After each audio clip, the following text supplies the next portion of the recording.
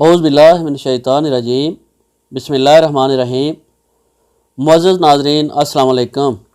उम्मीद है आप सब लोग खैरियत से होंगे। आज की वीडियो में हम आपको बताएंगे कि उम्रा कब चालू हो रहा है। सऊदी हुकूमत ने 4 अक्टूबर 2020 से उम्रा मरहलावार बहाल करने का ऐलान कर दिया है।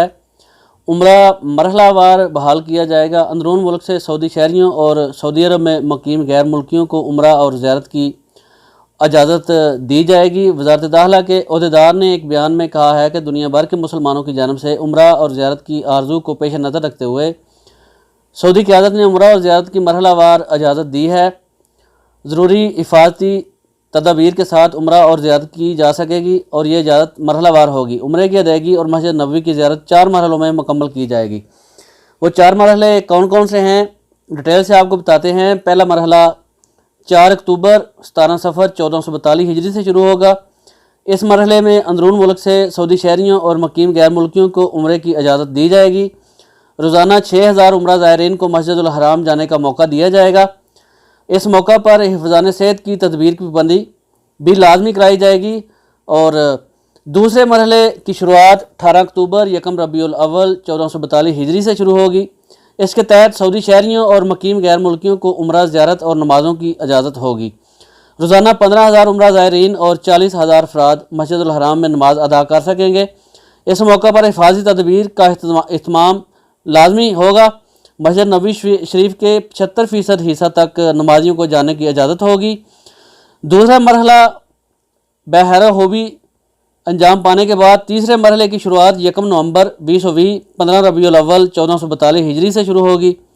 इस दौरान सऊदी शहरियों और सऊदी अरब के अंदर रहने वाले गैर मुल्कियों और बाहर से आने वाले ज़ायरीन को भी इजाज़त दी जाएगी।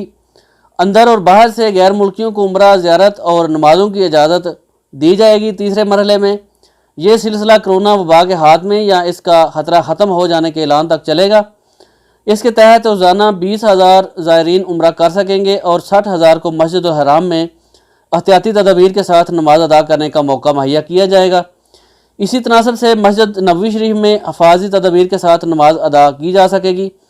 बैरून मुल्क से ऐसे बशिंदों को उम्रा और ज़ियारत के वीज़े जारी किए जाएंगे जिनके मुतालिक वज़ारत सेहत फैसला देगी कि वहाँ कोरोना की वबा के खतरात ख़त्म हो गए हैं या कम हो चुके हैं।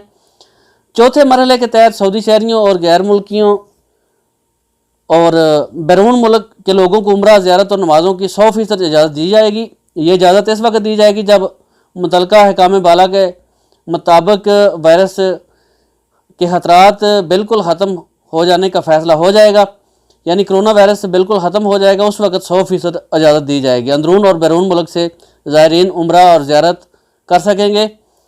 वज़ारत हज और उम्रा की जानिब से एक ऐप भी मुतारफ़ करवाई गई है जिसके ज़रिए उम्रा, ज़ियारत और नमाज के अमल को मुनज़्ज़म किया जाएगा। और उसी ऐप के ज़रिए अंदरून मुल्क से जाने वाले ज़ायरीन पहले इजाज़त लेंगे और फिर बाद में उम्रा करने जाएंगे।